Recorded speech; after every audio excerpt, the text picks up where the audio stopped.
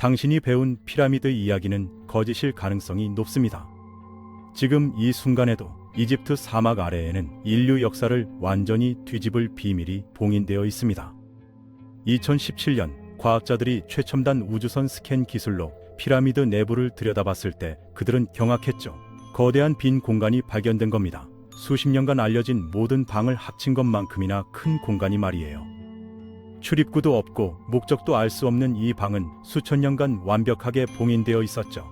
더 놀라운 건 이집트의 고고학자 자이 하와스 이 한 사람이 수십 년간 필사적으로 이 비밀에 접근하는 모든 시도를 막아왔다는 사실입니다. 그가 대체 무엇을 숨기려는 걸까요? 이집트의 유산을 보호하기 위해서일까요? 아니면 우리가 절대 알아서는 안 될 무언가를 지키기 위해서일까요? 그럼 지금부터 교과서가 절대 가르쳐주지 않는 피라미드의 진실을 파헤쳐 보겠습니다. 우리는 거의 5,000년 동안 단순한 이야기 하나를 믿어왔어요. 쿠푸 파라오가 기원전 2550년경에 자신의 무덤으로 대피라미드를 지었고 수천 명의 노동자가 구리끌과 밧줄, 나무 롤러만으로 단 20년 만에 완성했다는 거죠. 표면적으로는 놀라운 고대 문명의 업적처럼 보이지만 자세히 들여다보면 이 설명은 말이 안 되기 시작합니다. 놀랍게도 이 공식 역사를 뒷받침하는 확실한 증거는 거의 없거든요. 우리가 당연하게 받아들여온 수많은 가정들이 사실은 모래 위에 세워진 성처럼 불안정한 기반 위에 있다는 게 밝혀지고 있습니다.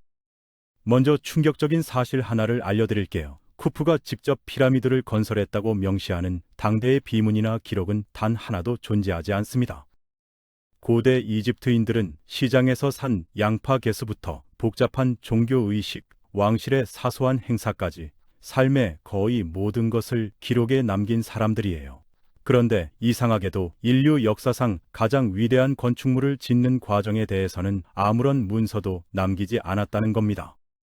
일부 고고학자들이 피라미드 깊숙한 곳에서 발견했다는 희미한 표시들을 언급하긴 하지만 문제는 이것들이 피라미드가 처음 탐험된 지 수백 년이 지난 후에야 발견되었다는 점이죠. 진위성에 대한 의문이 제기될 수밖에 없는 상황입니다. 건물 벽에 누군가의 이름이 낙서되어 있다고 해서 그 사람이 건물주라는 증거는 아니잖아요. 더 이상한 건 피라미드의 실제 목적입니다. 주류 이집트학계는 피라미드가 쿠푸 파라오의 호화로운 무덤으로 지어졌다고 끊임없이 주장하는데 알려진 다른 모든 이집트 왕실 무덤들과 달리 피라미드 내부에는 쿠푸를 찬양하는 비문도 장식품도 부장품도 전혀 없거든요. 결정적으로 쿠푸의 시신이나 그 흔적조차 발견된 적이 없습니다.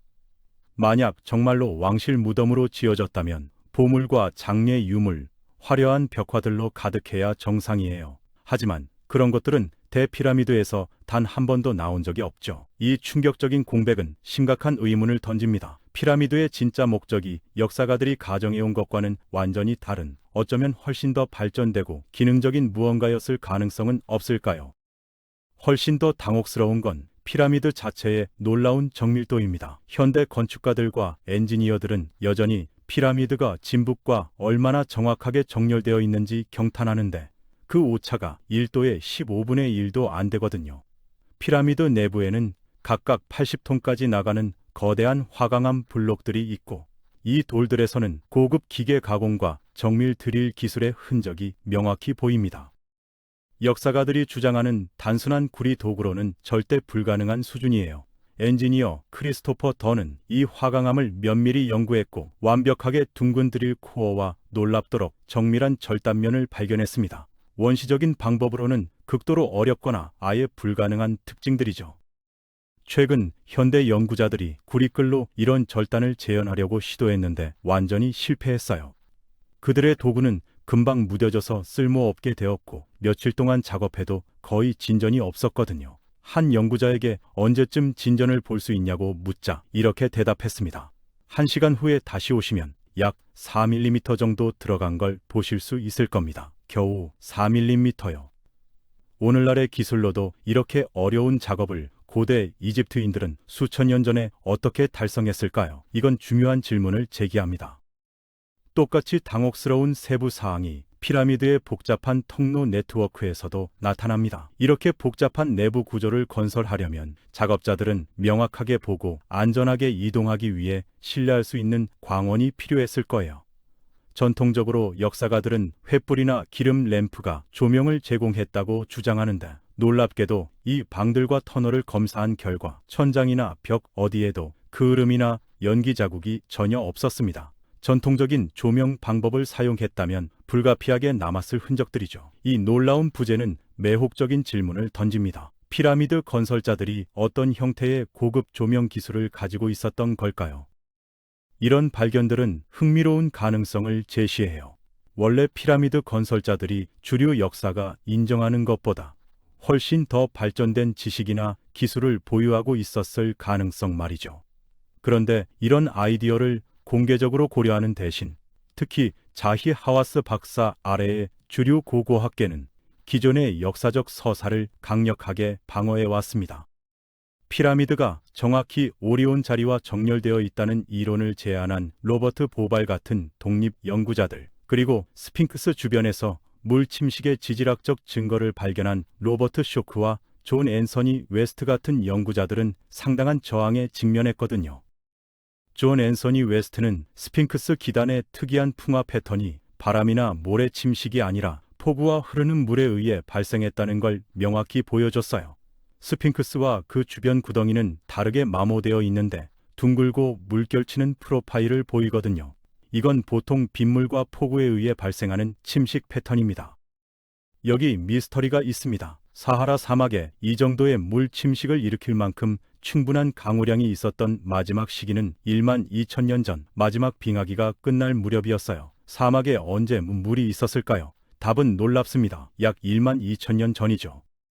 이 흥미로운 이론은 스핑크스가 실제로 우리가 알고 있는 고대 이집트 문명이 존재하기 훨씬 전, 훨씬 더 오래된 문명에 의해 건설되었을 가능성을 제시합니다.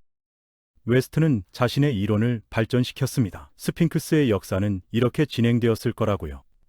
먼 옛날 이집트가 사막이 되기 전 기자 고원은 비옥한 초원 사바나이었습니다. 그 가장자리에는 자연적으로 형성된 거대한 석회암 바위가 우뚝 서 있었죠. 어느 시점에 이름도 알려지지 않은 고대 문명의 조각가들이 이 바위에 눈에 위치는 위치를 활용하여 거대한 얼굴을 조각했습니다. 신의 얼굴이었을 수도 있고 사자의 얼굴이었을 수도 있습니다. 수천 년이 흐른 후 우리가 아는 고대 이집트인들이 이 지역에 도착했습니다. 그들은 이미 서 있던 이 거대한 석상을 발견했고 완전히 새로 만든 것이 아니라 풍화되고 손상된 부분을 수정하거나 재형성했을 가능성이 높습니다. 이것은 잊혀진 시대의 고대 유물이었던 것이죠.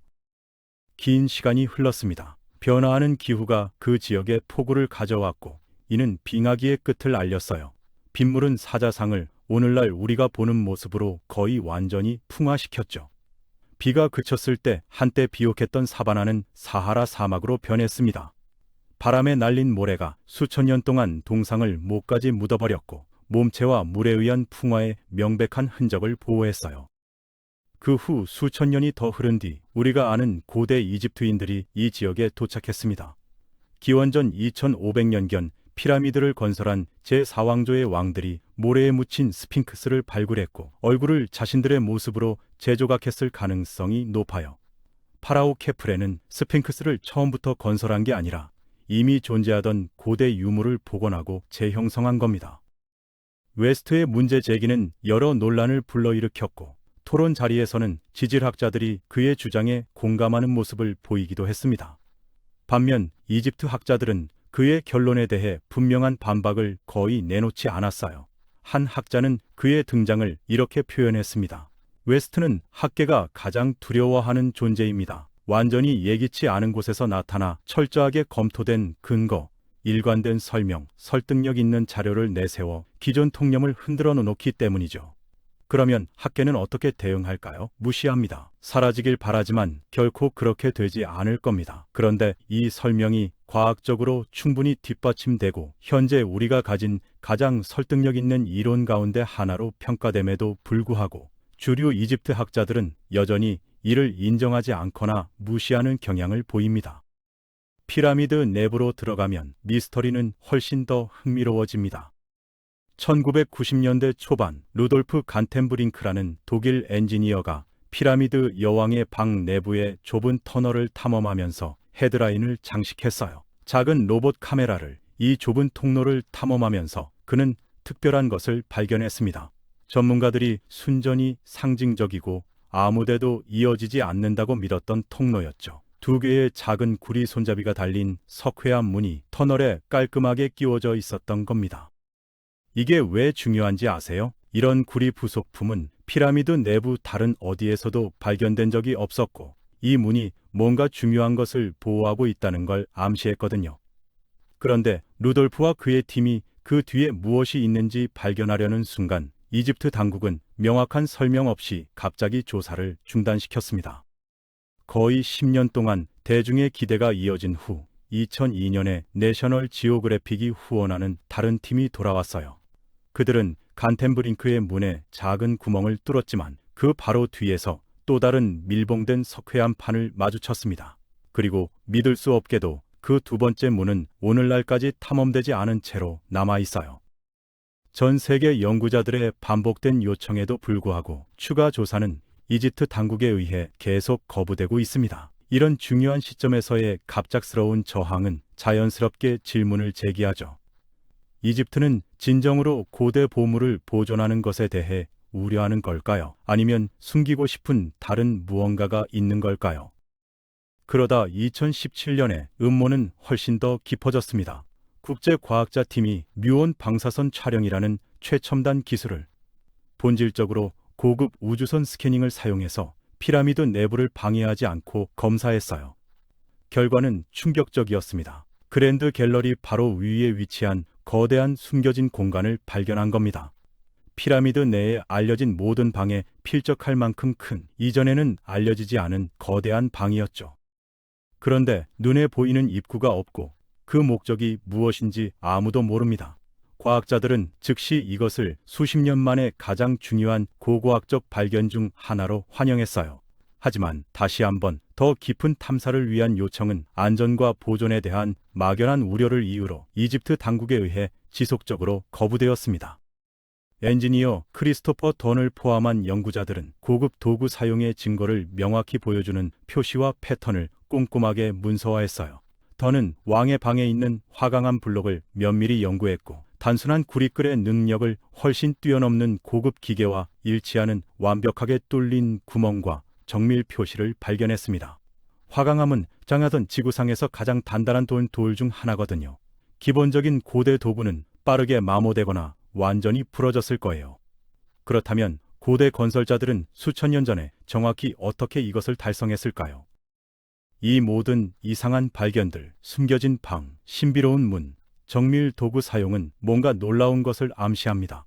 아마도 피라미드 건설자들은 고급 기술에 접근할 수 있었거나 역사에서 잃어버린 훨씬 더 오래된 문명으로부터 지식을 물려받았을 가능성이 있다는 거죠. 그런데 이런 흥미로운 가능성에도 불구하고 주류 고고학은 추가 탐사에 대해 신중하고 심지어 방어적인 접근을 유지하고 있어요. 저 봉인된 석회암 문 뒤에 어떤 비밀이 숨겨져 있을까요? 2017년에 발견된 거대한 숨겨진 방은 어떤 목적을 수행할까요? 그리고 이 숨겨진 공간들을 탐험하는 것이 마침내 누가 진정으로 피라미드를 건설했고 그들이 어떻게 이 놀라운 업적을 달성했는지 밝힐 수 있을까요? 피라미드 깊숙이 숨겨진 수많은 미스터리와 함께 한 사람이 우리와 답 사이에 확고히 서 있습니다. 자이 하와스 박사, 그의 결정이 대중이 고대 이집트에 대해 아는 것뿐만 아니라 더 중요하게는 우리가 모르는 것을 형성해온 사람이죠. 수십 년 동안 하와스는 이집트 고고학을 지배해왔어요. 카리스마 넘치고 거침없이 말하며 이집트의 고대 유산을 맹렬히 보호하는 그는 이집트 최고 고대 유물위원회 사무총장과 고대 유물부 장관 같은 강력한 직위를 역임했습니다. 이런 역할들은 그에게 누가 발굴 허가를 받는지, 어떤 연구가 수행될 수 있는지, 그리고 궁극적으로 어떤 발견이 세상에 공개되는지에 대한 비할 데 없는 통제권을 부여했죠. 하지만 이집트 문화에 대한 그의 열정적인 홍보 뒤에는 훨씬 더 어두운 현실이 있습니다. 기존의 역사적 서사에 도전하려는 연구자들을 지속적으로 차단해온 경직되고 비밀스러운 시스템 말이에요. 하와스의 지지자들은 그가 단순히 투기적이거나 무책임한 이론으로부터 이집트의 귀중한 보물을 보호하고 있다고 주장할 수 있습니다. 하지만 또 다른 더 불안한 가능성이 있을 수 있지 않을까요? 하와스의 엄격한 규제가 의도적으로 특정 진실을 숨겨서 편안하게 확립된 역사적 서사를 보존하고 전문적 명성이나 학문적 전통 또는 심지어 이집트의 국가적 자부심을 보호하려는 건 아닐까요? 누가 연구할 수 있는지, 정확히 무엇이 대중에게 공개될 수 있는지를 신중하게 결정함으로써 하와스는 효과적으로 자신을 이집트 역사의 궁극적인 문지기로 자리매김했고, 아마도 고대 세계에 대한 우리의 전체 이해를 다시 쓸 수 있는 발견들을 침묵시켰을 겁니다. 하와스의 유산은 복잡해요. 한편으로 그는 이집트 문화를 열정적으로 홍보하여 이집트의 세계적 위상을 극적으로 높였습니다. 하지만 이 영향력은 보이지 않는 대가를 치렀을 수 있어요.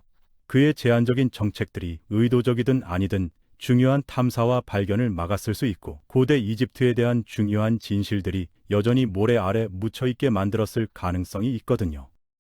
이것은 우리에게 불안한 질문을 남깁니다. 자, 이 하와스 박사는 진정으로 이집트의 유산을 보호하고 있는 걸까요? 아니면 다른 무언가를 지키고 있는 걸까요? 역사를 완전히 다시 쓸 수 있는 비밀들 말이죠. 독립 연구자들은 우리가 항상 들어온 공식적인 이야기에 도전하는 설득력 있는 증거를 발견했거든요. 로버트 보발의 놀라운 오리온 상관 이론이 있습니다. 보발은 뭔가 특별한 것을 발견했어요. 기자의 세 개의 주요 피라미드가 오리온 벨트의 별들을 완벽하게 반영하지만 파라오 쿠푸의 통치 기간 동안 나타났던 모습이 아니라는 거죠. 대신 그들의 정렬은 기원전 1만 500년경 전통적인 역사가 받아들이는 것보다 수천 년 더 이른 시기의 별자리 위치와 정확히 일치합니다. 이건 단순한 우연일 가능성이 낮아요. 오리온은 고대 이집트 문화에서 깊은 의미를 가졌고, 사후 세계, 부활, 그리고 삶과 죽음의 영원한 순환을 지배하는 신 오시리스를 상징했거든요. 만약 보발의 이론이 맞다면 피라미드 건설자들이 천문학에 대한 정교한 이해를 가지고 있었고, 의도적으로 그들의 기념물에 천체적인 의미를 암호화했다는 의미일 수 있습니다. 역사가들이 일반적으로 고대 이집트인들이 단순히 소유하지 않았다고 믿는 지식이죠. 한층 더 나아가서 일부 연구자들은 이집트의 인상적인 기념물들이 실제로 훨씬 더 오래된 잃어버린 문명과 연결될 수 있다고 제안합니다. 역사가들이 현재 인정하는 것을 훨씬 능가하는 고급 기술과 기술을 가진 문명 말이죠. 엔지니어 크리스토퍼 던은 피라미드 내부의 화강암 블록을 꼼꼼히 조사했고, 원시적인 구리끌로는 절대 만들어낼 수 없는 정밀한 드릴 자국과 고급 도구 절단의 증거를 발견했어요. 화강암은 믿을 수 없을 정도로 단단하고, 현대의 공구를 사용하더라도 던이 관찰한 것과 같은 정밀도를 구현하기는 쉽지 않다는 점에서 고대 이집트인들이 기본 도구만으로 정말로 이러한 정교한 장인 기술을 관리할 수 있었을까요? 혹은 아직 파악하지 못한 다른 문명의 영향을 받았던 걸까요? 이와 비슷한 논쟁은 거대한 화강암 블록을 피라미드 건설 현장까지 어떻게 운반했는지에 대해서도 이어집니다. 일부 블록은 무게가 80톤에 이르며 공급원은 기자 고원에서 500km 이상 떨어진 곳에 위치했어요. 주류학계는 이 문제를 다양한 가설로 설명해 왔지만, 어떤 방식으로 그 거리와 무게를 극복했는가에 대해서는 설득력 있는 설명을 제공하지 못했습니다. 현대에도 이 정도 규모의 석재를 이동하려면 특수 중장비와 정밀한 계획이 필요하다는 점을 고려하면 고대의 운반 방식은 여전히 많은 사람들에게 의문으로 남아 있습니다. 현대 엔지니어들에게도 여전히 엄청나게 도전적일 일을 고대 건설자들은 정확히 어떻게 달성할 수 있었을까요? 그레이엄 행콕은 이 의문을 한 단계 확장해 한때 고도로 발달한 문명이 존재했지만 세계적 재앙이나 점진적 쇠퇴로 사라졌으며 그 잔재만이 후대에 전해져졌을 가능성을 제시합니다. 그는 터키의 괴베클리 테페처럼 약 1만 2천 년 전으로 추정되는 유적지를 그 근거로 들며 그 지식의 일부가 초기 이집트 문명에까지 영향을 미쳤을 가능성을 언급합니다. 존 앤서니 웨스트, 로버트 쇼크 박사 등도 비슷한 견해를 제기하며 이집트 문명이 갑작스럽게 성숙한 형태로 등장한 듯 보이는 현상은 더 오래된 문명으로부터 전승된 지식이 있었기 때문일 수 있다고 주장합니다. 이러한 논의는 아비도스의 오시레이온 신전이나 사카라 세라페움의 거대한 화강암 상자처럼 무게와 정밀도가 모두 뛰어난 구조물에서 다시 한번 제기됩니다. 특히 이 구조물들의 제작 방식이나 정교함은 오늘날에도 쉽게 설명하기 어렵다는 주장들이 이어지면서 일부 연구자들은 고대 이집트 문명의 기술력이 주류 서술보다 높았을 가능성을 제기합니다. 물론 주류 이집트학은 이런 해석을 가능성이 낮다고 평가하는 경우가 많지만 여전히 일반 대중과 일부 연구자들 사이에서는 꾸준히 관심을 받는 주제입니다. 이런 주장들이 반복해서 등장하는 이유 중 하나는 피라미드 내부에서 쿠푸 파라오와 직접 연결되는 명확한 비문이 없다는 점, 고도의 석공 기술처럼 보이는 흔적들, 아직 탐사되지 않은 밀폐 공간들 등 여러 요소가 섞여 있기 때문입니다. 이런 미해결 요소들은 우리가 알고 있는 역사적 서술을 다시 검토하게 만들며 고대 이집트인들이 단순히 돌을 잘 다루던 고대인 이상의 지식을 갖고 있었을 가능성을 제기하는 데 사용됩니다. 어떤 이들은 이 기술이 시간이 흐르며 잃어버려졌을 수 있다고 보고 또 어떤 이들은 훨씬 더 오래된 문명으로부터 영향을 받았을 가능성을 언급합니다. 그렇다면 왜 이런 흥미로운 가설들이 있음에도 주류 고고학은 이를 적극적으로 탐구하지 않을까요? 하나의 이유는 이런 가설들이 기존의 역사 타임라인과 충돌할 가능성이 높기 때문입니다. 이미 확립된 연대기와 국가적 정체성, 학문적 기반 위에 쌓인 연구들이 있기 때문에 이를 전면 수정하는 데는 상당한 부담이 따르기 마련입니다. 특히 이집트와 같은 국가에서는 피라미드가 자국 문명의 상징이기 때문에 다른 문명의 영향을 강조하는 주장들은 민감하게 받아들여질 수 있습니다. 결국 이런 맥락 속에서 숨겨진 방이나 고대 기술에 대한 적극적인 탐사가 지연되거나 보수적으로 진행되는 경우가 생길 수 있습니다. 하지만 만약 사막 아래에서 완전히 새로운 증거가 발견된다면 이 단지 이집트 문명에 대한 인식을 바꾸는 것에 그치지 않고 인류사 전체를 다시 쓰는 발견이 될 가능성도 있습니다. 우리가 상상하는 것보다 훨씬 복잡하고 발전된 고대의 인류가 존재했을 가능성 자체가 인류사에 새로운 시각을 제공할 수 있는 흥미로운 주제인 것도 사실입니다. 이제 남은 질문은 단순합니다. 고고학자들은 언젠가 피라미드에 봉인된 문들을 열어 그 안의 진실을 확인하게 될까요? 아니면 그 비밀은 더 먼 미래까지 감춰진 채 남아 새로운 세대의 탐험가들이 도전하기를 기다리게 될까요? 앞으로 이어질 탐구와 발견이 어떤 방향으로 흘러갈지 우리는 그 과정을 지켜보며 또 다른 이야기를 발견하게 될 것입니다.